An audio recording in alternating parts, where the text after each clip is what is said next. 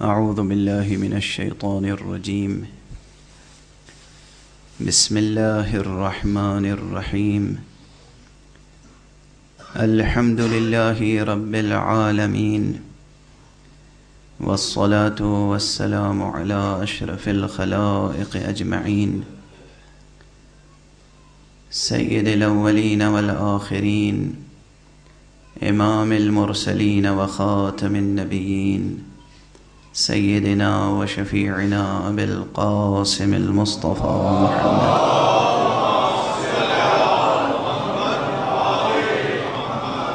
وعلى أهل بيته الطيبين الطاهرين الهداة المهديين المعصومين المظلومين، واللعنة الدائمة على أعداء الدين أجمعين. بسم الله الرحمن الرحيم. بقية الله خير لكم إن كنتم مؤمنين. صلوات بر محمد.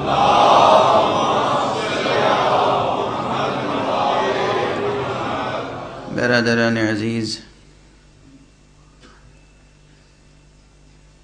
بہرحال آپ کو علم ہے، پرسوں میں نے جس کیفیت میں تقریر کی تھی اس سے بھی آشکارا تھا کہ صحت ساتھ نہیں دے رہی ہے. کل کی مجلس نہیں پڑھ سکا اور آج بھی یہاں تک آنے میں تاخیر ہوئی. دیر سے آپ حضرات تشریف فرما ہیں، خستہ بھی ہیں، اور ماشاءاللہ بحمداللہ ایک مجلس مکمل ہو چکی ہے، اس لیے زیادہ دیر تک اب بیان کا کوئی موقع آج نہیں ہے. اذن الہی شامل حال ہوا تو انشاءاللہ کل اور پرسوں گفتگو رہے گی. آج صرف تبرکاً حاضر ہو گیا ہوں، اس لیے بھی کہ مومنین نے جس قدر دعائیں فرمائیں اور محبت کا ثبوت دیا، انہیں بھی اطمینان حاصل ہو جائے کہ ان کی دعائیں قبول ہو رہی ہیں.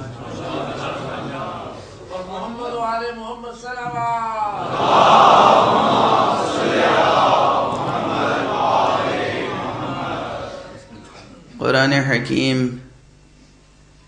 کی سورہ مبارکہ ہود کی ایک مختصر سی آیت میں نے آپ کے سامنے تلاوت کی ہے. یہی آیت پرسوں بھی تلاوت کی تھی، مگر آیت کے ضمن میں تمام مطالب گزارش نہیں کر سکا تھا. آج بھی گزارش نہیں کر سکوں گا، لیکن تبرکاً اتنا ضرور عرض کر دوں کہ یہ آیت کریمہ اس امام کی شان میں ہے جس امام کے زمانے میں ہم زندگی بسر کرتے ہیں. برائے خوشنودی قائم آل محمد بلندتر صلوات.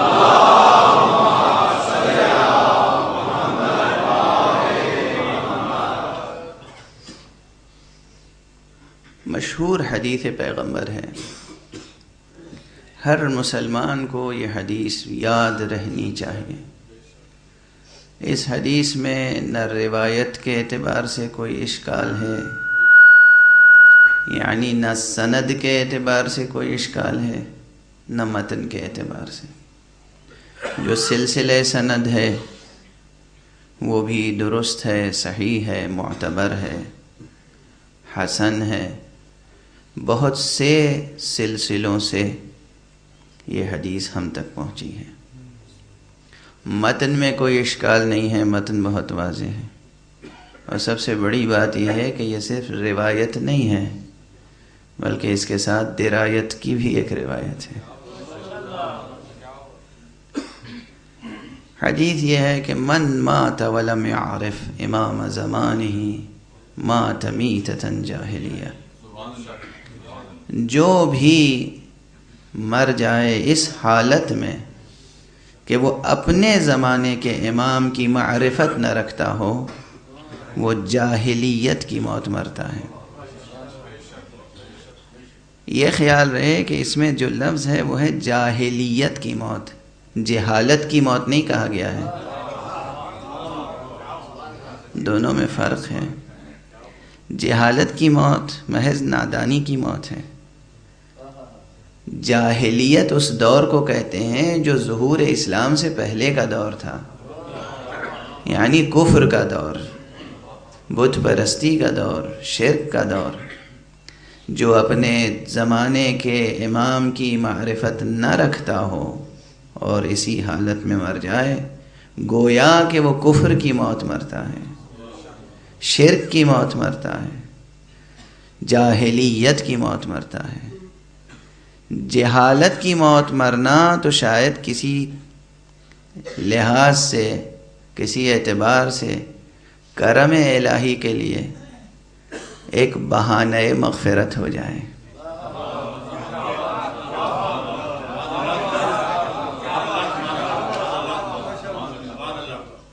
جاہل، نادان، قاصر ہوتا ہے۔ جاہل یا نادان قاصر ہوتا ہے۔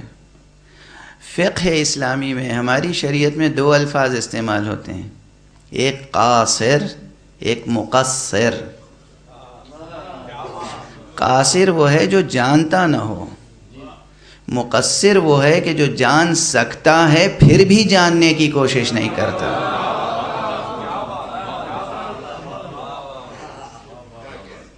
بعض احکام ایسے ہیں کہ جہاں قاصر قابل عفو ہیں مگر مقصر قابل عفو نہیں ہے۔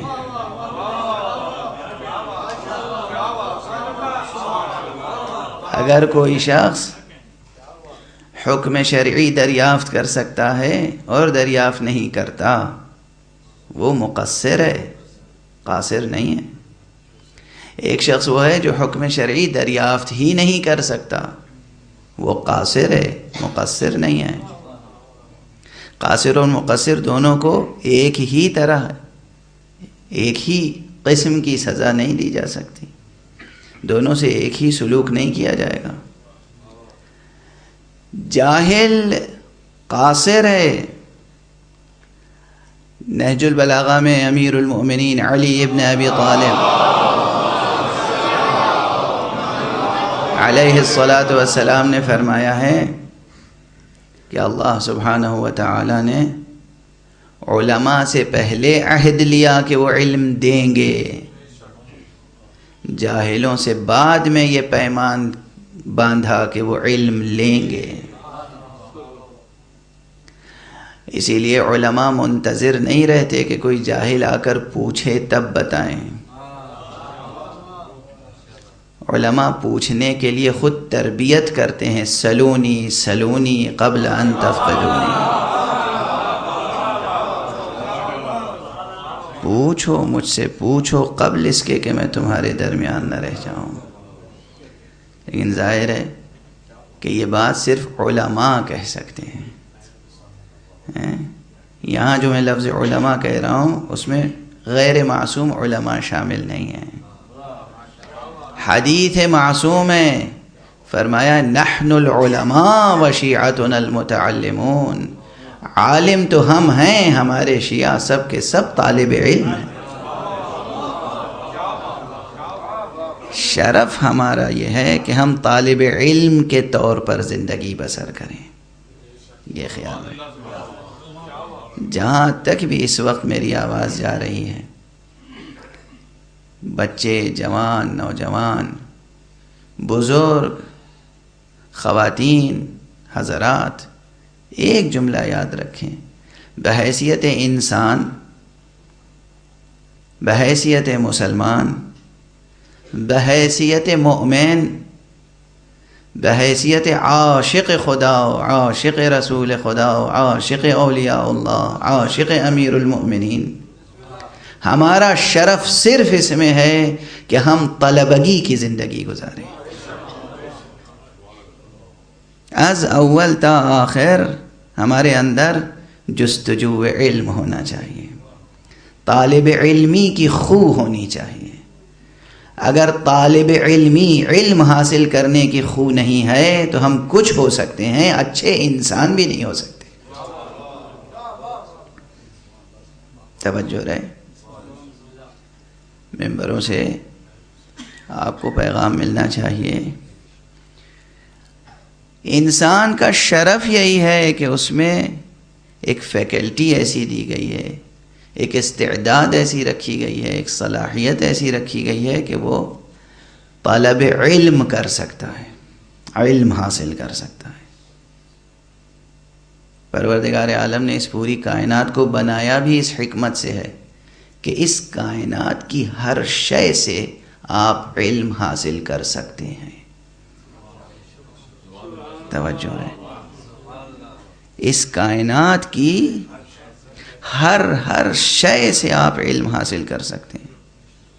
آپ کو تعجب ہو رہا ہوگا، حیرت ہو رہی ہوگی، مبالغہ سمجھ رہے ہوں گے آپ۔ نہ کوئی مبالغہ ہے، نہ کوئی اس میں خطیبانہ سخن گستری ہے۔ کائنات کی ہر شے، ہر ذرہ، ہر پرے کاہ، گھاس کی ہر پتی وسیلہ اخذ علم ہے۔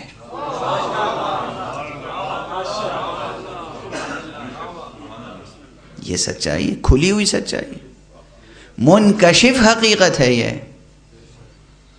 یہ منکشف حقیقت ہے۔ سائنسداں کیا کر رہے ہیں؟ آج 21ویں صدی ہے، سائنسداں کیا کر رہے ہیں؟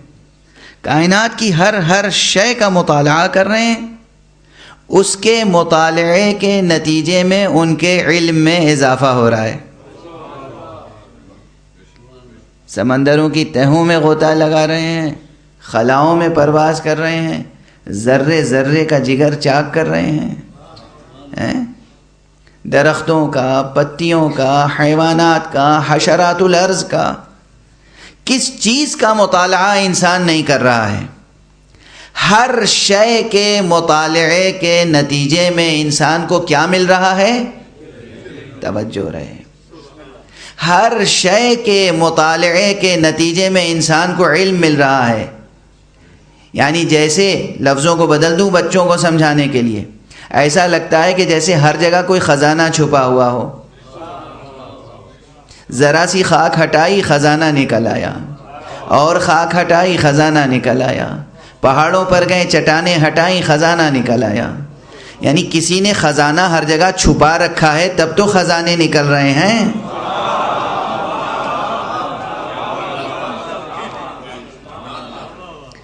کسی نے خزانے چھپا رکھے ہیں، تب تو خزانے نکل رہے ہیں۔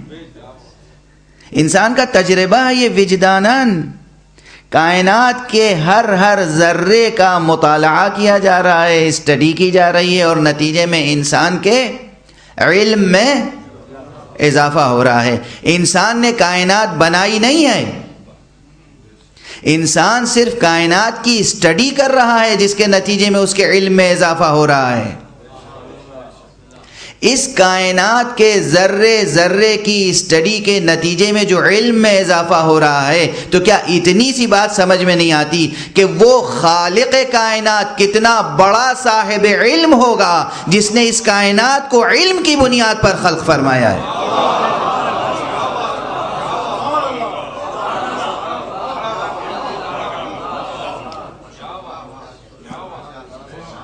دیکھیے، جو شے جیسی ہوتی ہے ویسے ہی اس کے آثار ہوتے ہیں،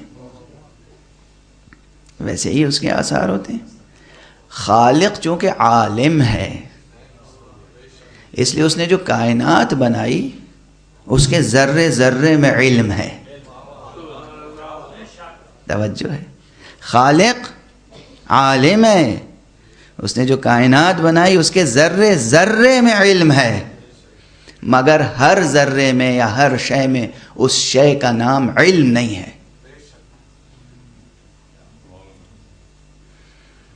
جب تک درخت ہے وہ درخت ہے، اسے علم نہیں کہتے۔ جب تک پہاڑ ہے وہ پہاڑ ہے، اسے علم نہیں کہتے۔ جب تک سمندر ہے وہ سمندر ہے، اسے علم نہیں کہتے۔ یہی پہاڑ، یہی درخت، یہی سمندر، یہی صحرا جب ذہن انسانی کا حصہ بن جاتے ہیں تو علم کہلاتے ہیں۔ ذہن انسانی، انسان کے ذہن میں جب چیز آ گئی تو اس کا نام علم ہے۔ اس کے معنی ہے کہ علم، ظرف علم حقیقتاً ظرف ذہن بشری ہے، ظرف روح بشری ہے۔ آپ کے ذہن میں، آپ کے قلب میں جب تک حقیقت نہ آئے اس کا نام علم نہیں آئے۔ آپ کے ذہن میں جب وہ حقیقت منتقل ہو گئی تو اس کا نام علم رکھا گیا۔ اور اس مقام پر آپ پر لطف و کرم الہی ہے کہ یہ چیز دو ہی جگہ علم کا نام پاتی ہے۔ جب ذات باری تعالی میں ہوتی ہے تب اسے علم کہتے ہیں، یا جب ذات انسان میں منتقل ہوتی ہے تب اسے علم کہتے ہیں۔ اس کے علاوہ اسے علم نہیں کہتے۔ توجہ ہے، اس کے کچھ اور نام ہو سکتے ہیں مگر علم نہیں کہتے۔ تو شرف انسانی منحصر ہوا کس بات میں؟ علم میں۔ شرف انسانی منحصر ہوا علم میں، اور ہم طالب علم ہیں۔ ہم کائنات کا مطالعہ کریں گے تو ہمارے علم میں اضافہ ہوگا، مگر پروردگار عالم نے، جس نے اس پوری کائنات کو اساس علم پر خلق فرمایا، اس نے کچھ ہستیاں ایسی خلق فرمائی ہیں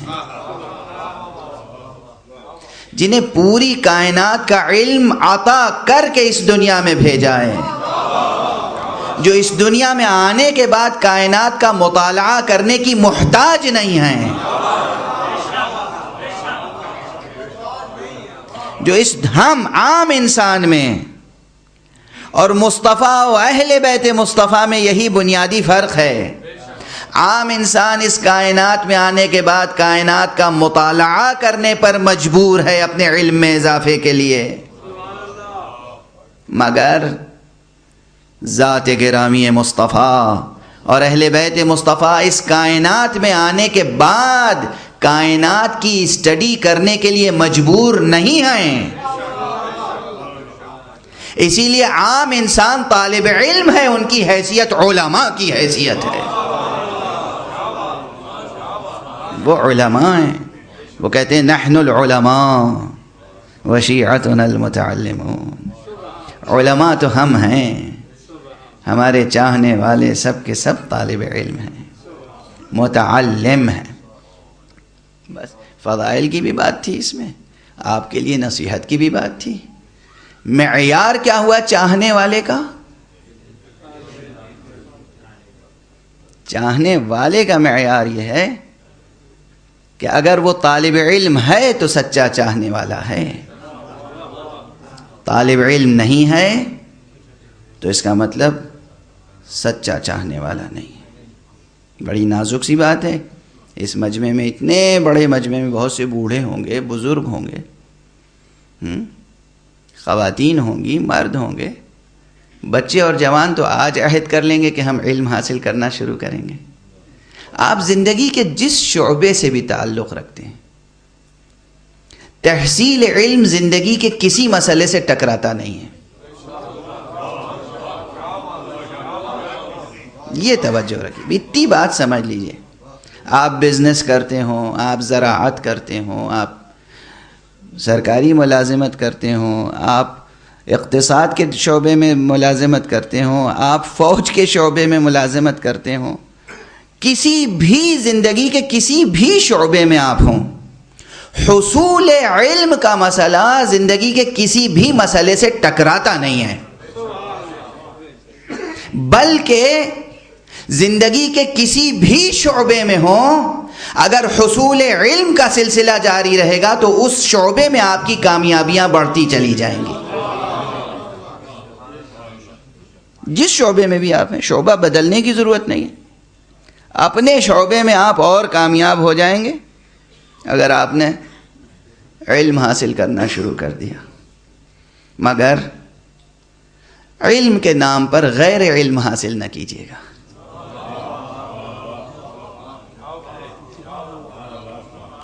یہ دور وہ ہے کہ جو نئے رنگ کا دور ہے. علم کے نام پر غیر علم حاصل نہ کیجیے گا، فلسفے کے نام پر غیر فلسفہ میں مبتلا نہ ہو جائیے گا، حکمت کے نام پر غیر حکمت کا مطالعہ نہ کیجیے گا جو آج ہو رہا ہے. آج کی صنعت سب سے بڑی ہے. یہ میں صرف باخبر کر رہا ہوں. جو باخبر ہیں وہ ہیں، جو باخبر نہیں ہیں ہمارے بھولے بھالے جوان نوجوان اسٹوڈنٹس، انہیں معلوم نہیں ہے کہ دنیا میں کیا مذاق ہو رہا ہے ان کے ساتھ، یا کیا خطرناک کھیل کھیلا جا رہا ہے. رائی کو پہاڑ بنا دینا آسان ہے. مغربی میڈیا یہ کام کر رہا ہے، موجودہ دنیا بھر کا میڈیا یہ کام کر رہا ہے. معمولی حضرات جو علم و فکر و فلسفے کی دنیا سے کوئی تعلق نہیں رکھتے، الجھی باتیں لکھ دیتے ہیں اور ان کی کتابیں بیسٹ سیلرز میں آتی ہیں، اور آپ سمجھتے ہیں کہ یہ فلسفہ ہے، یہ حکمت ہے، اس میں زندگی کی باتیں ہیں. اس میں زندگی کی باتیں نہیں ہیں، ہرگز زندگی کی باتیں نہیں ہیں. فلسفے کے نام پر، علم کے نام پر غیر علم کے مشتری نہ بنیں. علم وہی ہے جس کی تصدیق قال اللہ اور قال رسول اللہ سے ہو جائے. یہ اصول لے کے جائیے گا. اس کو میں اگلی 2 تقریروں میں ڈیفینڈ کروں گا، عرض کروں گا. یہ پرانا فارمولہ نہیں ہے. علم وہی ہے کہ جس کی تصدیق اس صاحب علم سے ہو جائے جو منبر پہ کہتا رہا سلونی سلونی قبل ان تفقدونی، پوچھ لو مجھ سے، پوچھ لو جو کچھ پوچھنا چاہو قبل اس کے کہ میں تمہارے درمیان نہ رہوں. اور یہ بھی فرمایا کہ میں آسمان کے راستوں سے زیادہ واقف ہوں بنسبت زمین کے راستوں. یہ بھی فرمایا. یہ سب باتیں آپ حضرات کی سنی ہوئی ہیں. میں تو صرف درمیان میں عرض کر رہا تھا، اور بات اس حدیث سے آگے بڑھ گئی تھی کہ اس دنیا میں ہمیں اگر زندگی بسر کرنا ہے، اور اس دنیا میں زندگی بسر کر کے ہمیں اپنی آخرت بھی سنوارنی ہے، تو ہمیں علم کا سلسلہ جاری رکھنا پڑے گا. اور وہ بھی کون سا علم؟ دنیا کا ہر علم آپ حاصل کر لیں، ہر فن آپ حاصل کر لیں، مگر اپنے زمانے کے امام سے بے خبر ہوں تو موت تو وہی رہے گی، جاہلیت کی موت.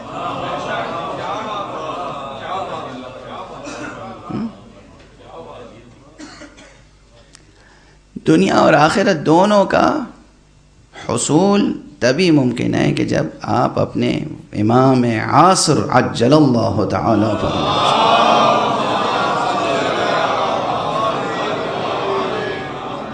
ان کی معرفت ہو.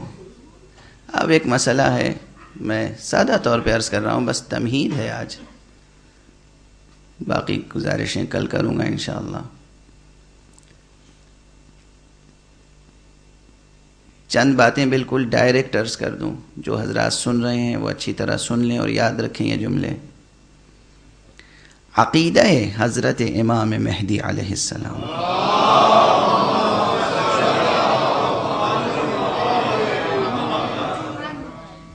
قرآنی عقیدہ ہے، اسلامی عقیدہ ہے، حدیث نبوی صلی اللہ علیہ وآلہ وسلم پر مبنی عقیدہ ہے، اور ملت اسلامیہ کا تمام مسالک اور تمام مذاہب کا مشترک عقیدہ ہے. اور ملت اسلامیہ کی بڑی قوت ہے اس عقیدے میں. جو لوگ اس عقیدے سے انحراف کر رہے ہیں یا عوام الناس سے یہ بتا رہے ہیں کہ کوئی مہدی آنے والا نہیں ہے، وہ اس ملت کو کمزور کر رہے ہیں، اس سے قوت سلب کر رہے ہیں. عقیدہ حضرت مہدی، اس حقیقت سے واقفیت کہ ہمارا امام موجود ہے، زندہ ہے، موجود ہے، اتنی بڑی قوت ہے کہ اس قوت سے باطل اذہان پریشان ہیں.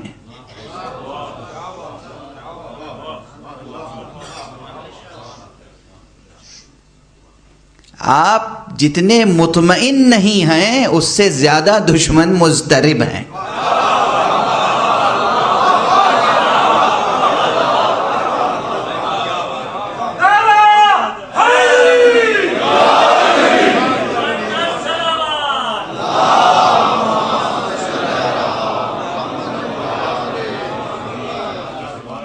یہ ہے سچائی، اس وقت دنیا کی سچائی ہے.